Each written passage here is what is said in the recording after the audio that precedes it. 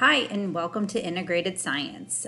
So previously we have talked about qualitative and quantitative data and just the idea of just some lab safety procedures and things that you can kind of expect.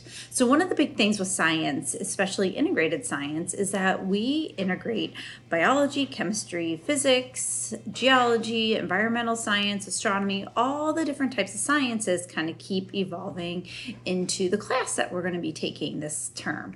And so one of those things is that we have to collect data, our quantitative data, information that is going to give some type of measurement. And one of the measurements that we use in class is our metric system. And that's what we're going to be talking about today, is how the metric system can be used in our differences with length, width, height, and weight. And we can also use it for liquids with volume and our mass and all kinds of other different things. So we're going to kind of familiarize ourselves with that, and then also learn just how we can convert from one to the next.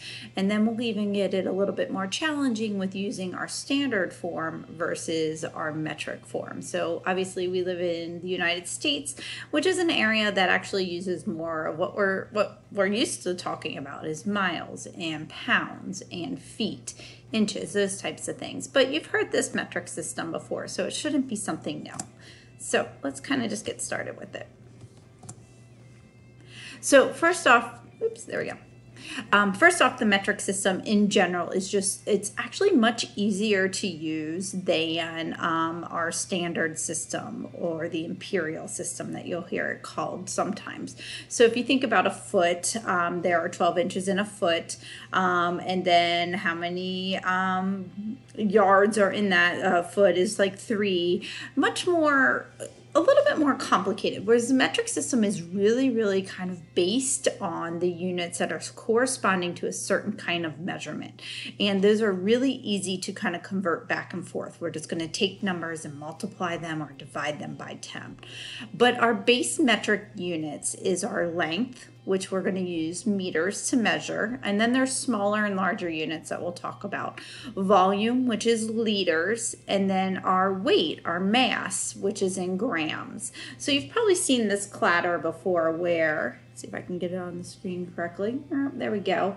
With the K and the M all the way down at the bottom. And these are our prefixes, and that's what this is talking about right here. Prefixes plus the base units make up the metric system. So these different letters stand for the prefixes: kilo, hecta, deca, base, which is going to be our length, our volume, and our weight. And then we have deci, centi, and milli. So we're going to kind of talk about what these look like and how we can convert from one of the units to the next. So the first one is, and you might want to get this down on a sheet of paper. This will be really helpful for you to have and use, because we'll use it quite a bit in class. So the first thing is our prefixes that are most used, and especially in this class, I feel like are going to be our kilo, which can be kilometer, kilogram, kiloliter, centi, which can be, once again, same thing, centiliter, centigram, or centiliter, and then final our milli. We also use our base quite a bit too. So our meter, our gram, and our liter. So I kind of feel like kilo, our base, centi, and milli. Hecta, deca, and deci, we don't use a whole lot. I'll throw them at us here just in the beginning of the year, but from after this unit, it will be just those 3. So what do these prefixes mean? What does the kilo, the hecta, the deca, our base, deci, centi, and milli mean? And all they mean is that they are holding a certain place value. So you might remember as a little kid learning about the number line and how things fell into the tenths or the hundredths or the millionths value. This is kind of that same idea. And our prefixes are by the power of 10. So we are just going to be looking at either multiplying numbers by 10 or dividing them by 10. So powers of 10, which are really helpful and easy to do. And I'll show you a really quick, easy way to do it. And we'll use this the rest of the year. So for example, our centimeters are 10 times larger than our millimeters. So if we were to look at a meter stick, we would say that within that meter stick, if we think about it, if I have 1 meter stick and I'm going this way, smaller, smaller. So if we go this way on our ladder, it gets smaller. And if we go this way, it gets larger. So if I said I had 1 meter, technically within that 1 meter stick, there would be 1 times 10 is 10. There would be 10 decimeters. And if I were to say, well, how many centimeters are in that meter stick, we would take 10 times 10. So there would be 100. And then once again, power of 10. 100 times 10 is 1,000. So there'd be 1,000 millimeters in that stick. Or we could go the other way and say, okay, if I have 1 meter and I wanted to figure out how many deci, I would say, okay, well, I would have to divide by 10. So then it'd be 0.1, 0.001, 0.0001. So you kind of get the idea that we're just moving the decimal by either our powers of 10, multiplying and or dividing. So for each step to the right, so to our right this way, you are going to multiply by 10. So once again, here's another example. Instead of using meter, liter. If I have 1 liter in our base, and if you want to think about it this way too, our base right here, and I wanted to go to deciliters, we're just going to take that number, that 1, and multiply it by 10 because we're going to move that decimal place over just 1. So there would be 10 deciliters and then 100 centiliters. Same thing if I started with my base with grams. Let's say I had 2 grams though instead of 1. So I would still take that and multiply it by 10. 10 times 2 is 20, so we would get 20 decigrams. And then if we wanted to get to centigrams, we would multiply that again by 10. So multiply, divide by 10. That's pretty much the basis of it. So any way to move within the metric system is just by moving the decimal or thinking multiplying or dividing by 10. So if you think about, if I have 1 meter here, my decimal place would be right here. And so in order to figure out decimeters, just think you're just moving the decimal place over just 1 so that then you get 10. So then the decimal place is here and you would fill in that value, that 10. Same thing with centimeters. If I wanted to go 1 more, I just move that decimal. And you've probably seen it before where it just looks like you've probably done this before where you're like, oh, the decimal is here. And let's say that it was that 1 meter and I wanted to move it decimeters. We would just pretend to move that decimal place over, and then you have that little hump. I'm sure you've seen it as a child, and then you would just fill this in. See if I can actually do this. Oh, that's terrible. You get the idea. With a 0, you will learn through this course that I'm not the world's best drawer, but clearly not drawing backwards helps either. So just moving the decimal. We're going to practice that quite a bit as we go through a couple of different exercises as we move into these next couple of days.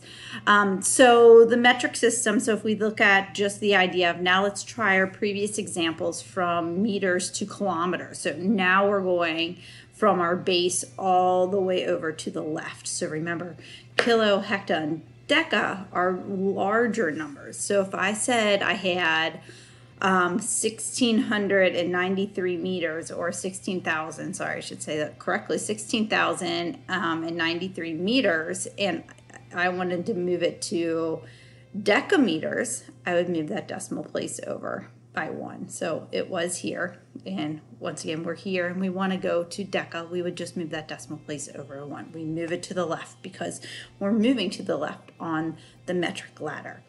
And then if I wanted to make it to hecameters, I would move it over 1 more time. So then it becomes 106.93, and then even further for kilo. It's still the same idea, dividing by 10, making that number smaller and smaller. So if you think about it, like meters would be like your feet, and we're moving to miles. So how many feet are in a mile? How many meters are in a kilometer? It's kind of that same comparison. So every step of base until you get to a kilo, we're going to move that decimal place over just 1.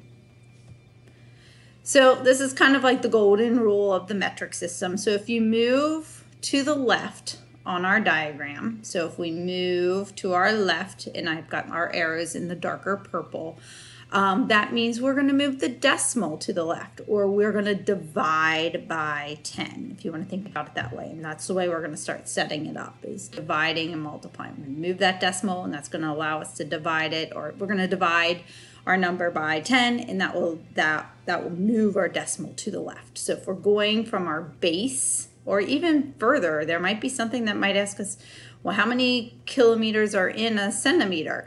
We would still have to move that to the left.